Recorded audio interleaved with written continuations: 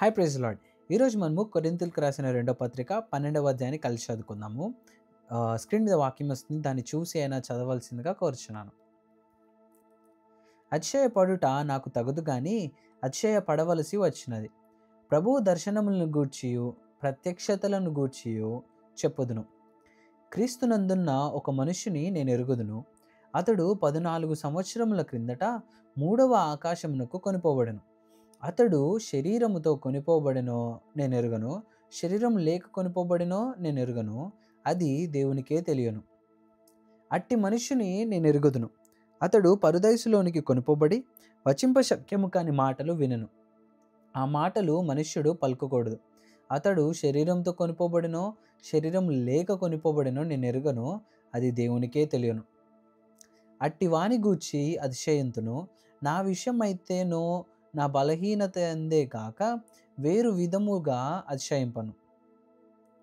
అతిశయపడుటకు ఇచ్చయించినది నేను సత్యమే పలుకుదును గనుక అవివేకిని కాకపోదును గాని, నా యందు ఎవడైనను చూచిన దానికన్నను నా వలన వినిన దానికన్నను నన్ను ఎక్కువ ఘనముగా ఎంచునేమో అని అతిశయించుట మానుకొనుచున్నాను.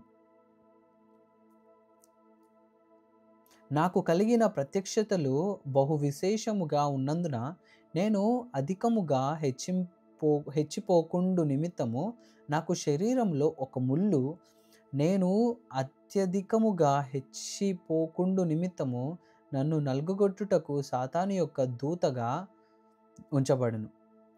అది నా యొద్ద నుండి పోవలెనని దాని విషయమై ముమ్మారు ప్రభువును వేడుకొంటిని. అందుకు నా కృప నీకు చాలును, బలహీనత యందు నా శక్తి పరిపూర్ణమగుచున్నదని ఆయన నాతో చెప్పెను. కాగా క్రీస్తు శక్తి నా మీద నిలిచియుండి నిమిత్తము విశేషముగా నా బలహీనతలందే బహు సంతోషంగా అతిశయపడుదును. నేనెప్పుడు బలహీనుడనో అప్పుడే బలవంతుడను గనుక క్రీస్తు నిమిత్తము నాకు కలిగిన బలహీనతలలోను, నిందలలోను, ఇబ్బందులలోను, హింసలలోను, ఉపద్రవములలోను నేను సంతోషించుచున్నాను. నేనవివేకినైతిని, మీరే నన్ను బలవంతము చేసితిరి. నేను మీ చేత మెప్పు పొందవలసిన వాడను. ఏలయనగా నేను ఏమాత్రపు వాడను కాకపోయినను మిక్కిలి శ్రేష్ఠులైన ఈ అపోస్తలుల కంటే నేను ఏ విషయంలోనూ తక్కువ వాడను కాను. సూచక క్రియలను, అద్భుతములను, మహత్కార్యములను చేయటం వలన అపోస్తలుని యొక్క చిహ్నములు పూర్ణమైన ఓరిమితో మీ మధ్యను నిజముగా కనుపరచబడెను. నేను మీకు భారము ఉండకపోతినను విషయంలో తప్ప మరి ఏ విషయంలో మీరితర సంఘముల కంటే తక్కువ వారైతిరి. నేను చేసిన ఈ అన్యాయమును క్షమించుడి. ఇదిగో ఈ మూడవసారి మీ యొద్దకు వచ్చుటకు సిద్ధముగా ఉన్నాను. వచ్చినప్పుడు మీకు భారంగా నుండను. మీ సొత్తును కాదు, మిమ్మునే కోరుచున్నాను.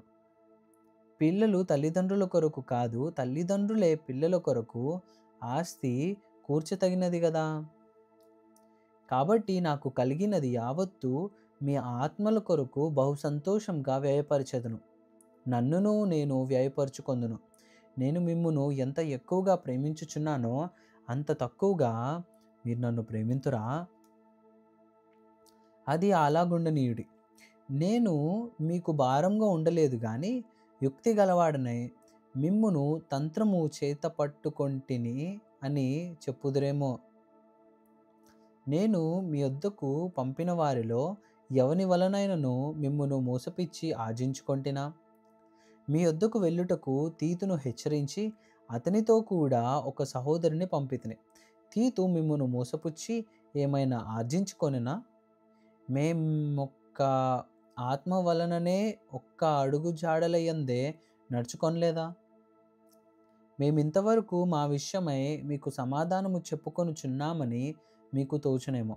దేవుని ఎదుటనే క్రీస్తునందు మాట్లాడుచున్నాము. ప్రియులారా, మీ క్షేమాభివృద్ధి కొరకు ఇవన్నీయు చెప్పుచున్నాము. ఎందుకనగా ఒకవేళ నేను వచ్చినప్పుడు మీరు నాకిష్టులుగా ఉండరేమో అనియు, నేను మీకిష్టుడనుగా ఉండనేమో అనియు, ఒకవేళ కలహమును, అసూయయు, క్రోధములను, కక్షలను, కొండెములను, గుసగుసలాడుటయులను, ఉప్పొంగుటలును, అల్లరులను ఉండునేమో అనియు, నేను మరలా వచ్చినప్పుడు నా దేవుడు మీ మధ్య నన్ను చిన్నబుచ్చునేమో అనియు, మునుపు పాపము చేసి తాము జరిగించిన అపవిత్రత, జారత్వము, పోకిరి చేష్టల నిమిత్తము మారుమనసు పొందని అనేకులను గూర్చి దుఃఖపడవలసి వచ్చునేమో అనియు భయపడుచున్నాను. దేవుడిచ్చిన ఈ వాక్యము దీవించును గాక. ఆమెన్.